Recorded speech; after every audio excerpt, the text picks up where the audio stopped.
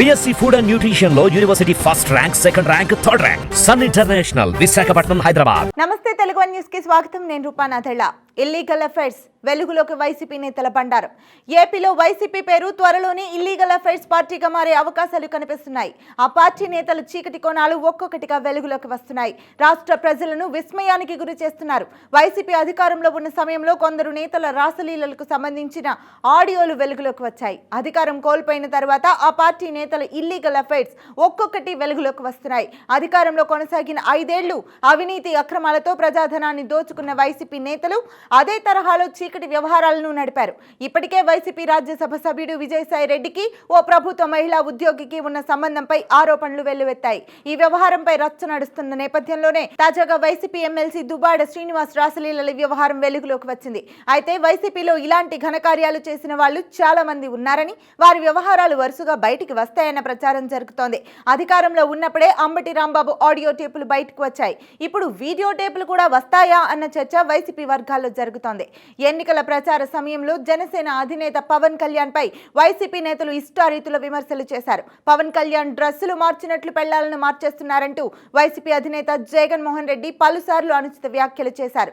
పవన్ కళ్యాణ్ కు 3 పెళ్లిళ్లు అయిన మాట వాస్తవమే. పవన్ నుంచి విడిపోయిన 2 మహిళలు కూడా విడాకులు తీసుకుని విడిపోయారు. పవన్ వల్ల తమకు ఇబ్బంది తలెత్తిందని వారు ఏనాడు అనలేదు. పవన్ సైతం 3 పెళ్లిళ్ల వ్యవహారంపై స్పందిస్తూ అదంతా నా తలరాత అంటూ చెప్పుకొచ్చారు. అయినా పవన్ పెళ్లిళ్ల విషయంలో వైసీపీ నేతలు అడపాదడప విమర్శలు చేస్తూ వస్తున్నారు. పవన్ పై విమర్శలు చేసిన వైసీపీ నేతలు ఏమైనా శ్రీరామచంద్రుల ఏకపత్ని వ్రతుల అంటే అది కాదు. ఏదైనా పని కోసం వారి సహాయం కోరి వచ్చిన మహిళలను ట్రాప్ చేసి లోబర్చుకొని పలువురు వైసీపీ నేతలు వారి జీవితాలతో ఆడుకుంటున్నట్లు ఆరోపణలున్నాయి. వైసీపీ అధికారంలో ఉన్న సమయంలో ఆ పార్టీలోని కొందరు నేతల వ్యవహార శైలితో పలువురు మహిళలు పార్టీ అధిష్టానానికి ఫిర్యాదులు కూడా చేశారు.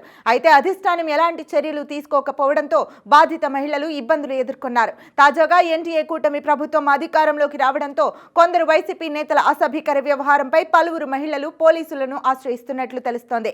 తాజాగా వైసీపీ ఎమ్మెల్సీ దువ్వాడ శ్రీనివాస్ వ్యవహారం రాష్ట్ర వ్యాప్తంగా చర్చనీయాంశంగా మారింది. గతంలో దువ్వాడ శ్రీనివాస్ సైతం పవన్ 3 పెళ్లిళ్ల వ్యవహారంపై విమర్శలు చేసిన వారే. హిందూ మతాన్ని గౌరవించేవారు ఒకే స్త్రీని పెళ్లాడాలని, కానీ ఆ సాంప్రదాయాలకు తూట్లు పొడిచిన వ్యక్తి పవన్ కళ్యాణ్ అంటూ విమర్శలు చేశాడు.